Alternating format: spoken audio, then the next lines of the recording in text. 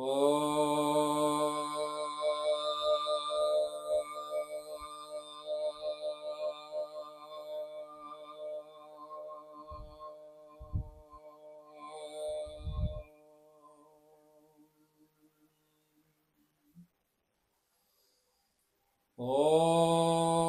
നമോ ഭഗവതേ വാസുദേവായ. ഓം ഗംഗണപതയേ നമഃ. ഓം ശ്രീ സരസ്വത്യേ നമഃ. ഓം ശ്രീ ഗുരുഭ്യോ നമഃ.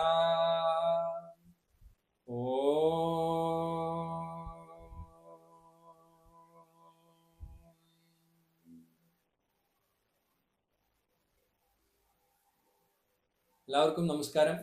ശ്രീമദ് നാരായണീയ പഠനത്തിന്റെ അടുത്ത ഭാഗത്തിലേക്ക് എല്ലാവർക്കും സ്വാഗതം. 9ാം ദശകത്തിലെ 5 ശ്ലോകങ്ങൾ നമ്മൾ പഠിച്ചു. ഇനി 6ാമത്തെ ശ്ലോകമാണ് പഠിക്കാനുള്ളത്. വളരെ മനോഹരമായിട്ടുള്ള ഭഗവാന്റെ സ്തുതിയാണ്.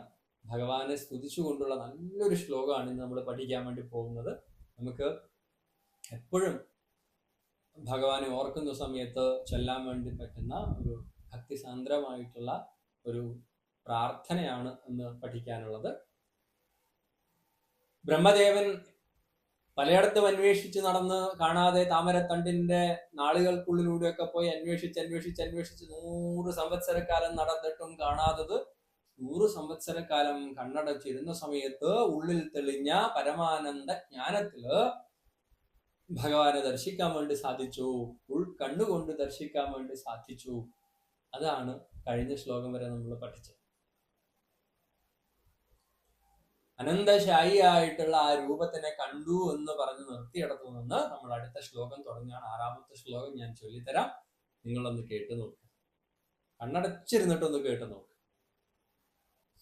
കിരീടമകുടോല്ലസത്കടകഹാരകേയൂരയു മണിസ്ഫുരിതമേഖലം സുപരിവീതപീതാംബരം കളായ കുസുമപ്രഭം ഗളതലോല്ലസത്കൗസ്തുഭം വപുസ്തദയി ഭാവയേ കമലജന്മനേ ദർശിതം.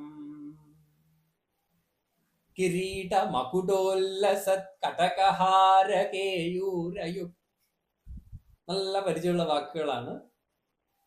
കിരീടം, മകുടം, കിരീടമകുടം, ഉല്ലസത്ത്, അതൊക്കെ തെളിഞ്ഞു നിൽക്കുന്ന കിരീട മകുടോല്ലസത്, കടകം, ഹാരം, കേയൂരയുക്, അതൊക്കെ ചേർന്നിരിക്കുന്നതാണ്.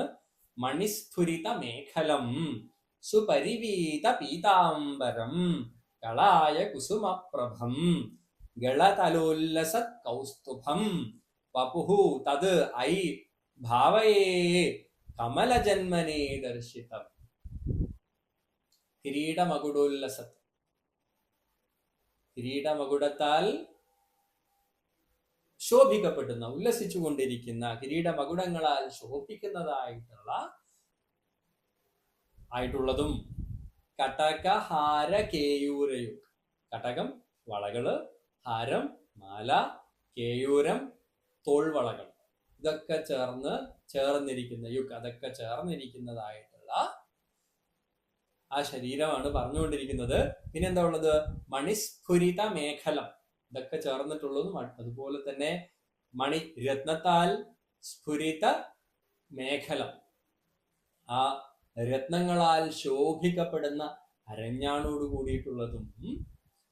സുപരിവീത പീതാംബരം, ആ മഞ്ഞ പട്ട് ഒക്കെ ചുറ്റിയിട്ടുണ്ട് ഭഗവാൻ നല്ല ഭംഗിയായിട്ട്. സുപരിവീത പീതാംബരം, നന്നായിട്ട് ഉടുത്തിട്ടുള്ള മഞ്ഞ പട്ടോട് കൂടിയിട്ടുള്ളതും.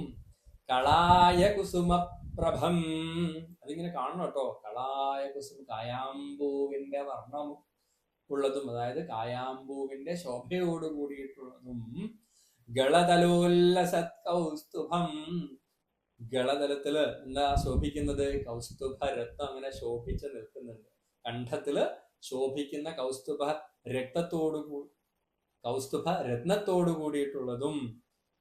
അങ്ങനെയൊക്കെയുള്ള ഐ വപുഹു തത് ഐ ഭാവയേ, ഐ ഭഗവാനേ, ഇന്ദിരുവടികളുടെ വപുഹു തത് ഭാവയെ അങ്ങനെയുള്ള ആ ശരീരം ഞാൻ ധ്യാനിക്കുന്നു.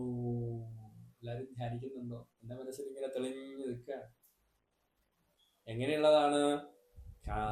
കമലജന്മനെ ദർശിതം.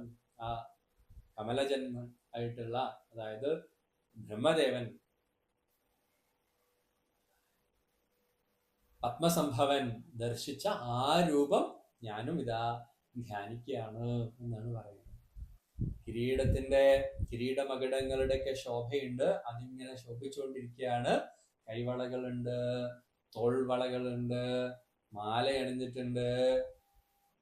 എന്നിട്ട് വേറെന്താ ഉള്ളത്? സുപരിവീത മണിസ്ഫുരിത മേഖല, നല്ല രത്നങ്ങൾ തിളങ്ങുന്ന അരഞ്ഞാണം ഇട്ടിട്ടുണ്ട്. സുപരിവീത പീതാംബരം, നല്ല ഭംഗിയായി അണിഞ്ഞിട്ടുള്ള മഞ്ഞപ്പട്ടുണ്ട്. കളായ കുസുമപ്രഭം, കായാമ്പൂവിന്റെ ശോഭയുണ്ട്. ഗളതലോല്ലസത് കൗസ്തുഭം, കണ്ഠത്തില് കൗസ്തുഭരത്നം ഇങ്ങനെ ശോഭിച്ച് നിൽക്കുന്നുണ്ട്. അങ്ങനെയൊക്കെയുള്ള വപുഹു തത് ഭാവയെ, അങ്ങനെയുള്ള ആ ശരീരം ഞാൻ ധ്യാനിക്കുന്നു ഈ ഭഗവാനെ. കമലജന്മനെ ദർശിതം, ആ ബ്രഹ്മദേവൻ കണ്ടതുപോലെയുള്ള ആ രൂപം ഞാനിതാ എന്റെ മനസ്സിൽ ധ്യാനിക്കുകയാണ് ഭഗവാനെ എന്നാണ് പറയുന്നത്. എന്തു മനോഹരമായിട്ടുള്ള രൂപമാണ്. അനന്തശായി ആയിട്ട് നേരത്തെ പറഞ്ഞു, അനന്തശായിയാണ്, അനന്തശായിയുടെ രൂപമാണ് ഇപ്പൊ വർണ്ണിച്ചിരിക്കുന്നത്. ആലോചിച്ച് നോക്കൂ, ആ മനോഹരമായിട്ടുള്ള രൂപം ഇങ്ങനെ അനന്തന്റെ മേലെ പലാഴിയിൽ ഇങ്ങനെ ശയിക്കുകയാണ്. ബ്രഹ്മദേവൻ കണ്ണടച്ചിരുന്ന സമയത്താണ് അത് കാണാൻ വേണ്ടി സാധിച്ചത്. നമ്മൾ ഇങ്ങനെ നോക്കിയിരുന്നു കഴിഞ്ഞാൽ കാണാൻ വേണ്ടി സാധിക്കില്ല.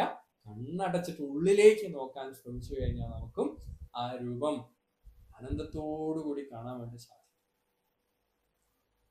ശംഖ് ചക്ര ഗദാധാരിയായിട്ടുള്ള ആ രൂപം ഇവിടെ ഇത്രയൊക്കെ പറഞ്ഞിട്ടുള്ളൂ, നമുക്കതൊക്കെ അറിയാം. ആ രൂപം ഇങ്ങനെ മനസ്സിൽ സ്മരിക്കാൻ നമുക്ക് സാധിക്കട്ടെ. അത് ഞാൻ ധ്യാനിക്കുന്നു എന്ന് ഭഗവാനോട് ഓൾറെഡി പറഞ്ഞു കഴിഞ്ഞു ആ ശ്ലോകം ചൊല്ലുമ്പോൾ തന്നെ. ഇനിയിപ്പോൾ അത് ധ്യാനിക്കാതിരിക്കാൻ പറ്റില്ല. അതുകൊണ്ട് എല്ലാവരും ഒന്ന് ധ്യാനിക്കുക, കണ്ണടച്ചിരുന്നിട്ട് ആ മനോഹരമായിട്ടുള്ള രൂപം ഒന്ന് മനസ്സിൽ സങ്കല്പിക്കട്ടെ. 1, 2, 3, 4, 5 സെക്കൻഡുകളെങ്കിലും ആ രൂപം ഭംഗിയിൽ തെളിഞ്ഞു കാണാൻ വേണ്ടിയിട്ട് നമുക്ക് സാധിക്കട്ടെ. ആ ശ്ലോകം ഒന്ന് ചൊല്ലിത്തരാം. ചൊല്ലിക്കൊണ്ട് മനസ്സിൽ ആ രൂപം ഇങ്ങനെ വിരിഞ്ഞു വരുന്നതായിട്ട് സങ്കല്പിച്ചോളൂ. കിരീടമകുടോല്ലസത്കടകഹാരകേയൂരയു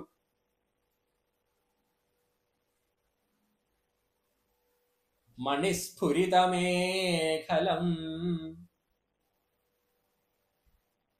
സുപരിവീതപീതാംബരം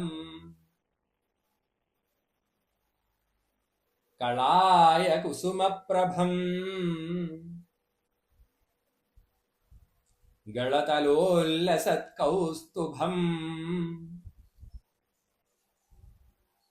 വപുസ്തദൈ ഭാവയേ കമലജന്മനേ ദർശിതം.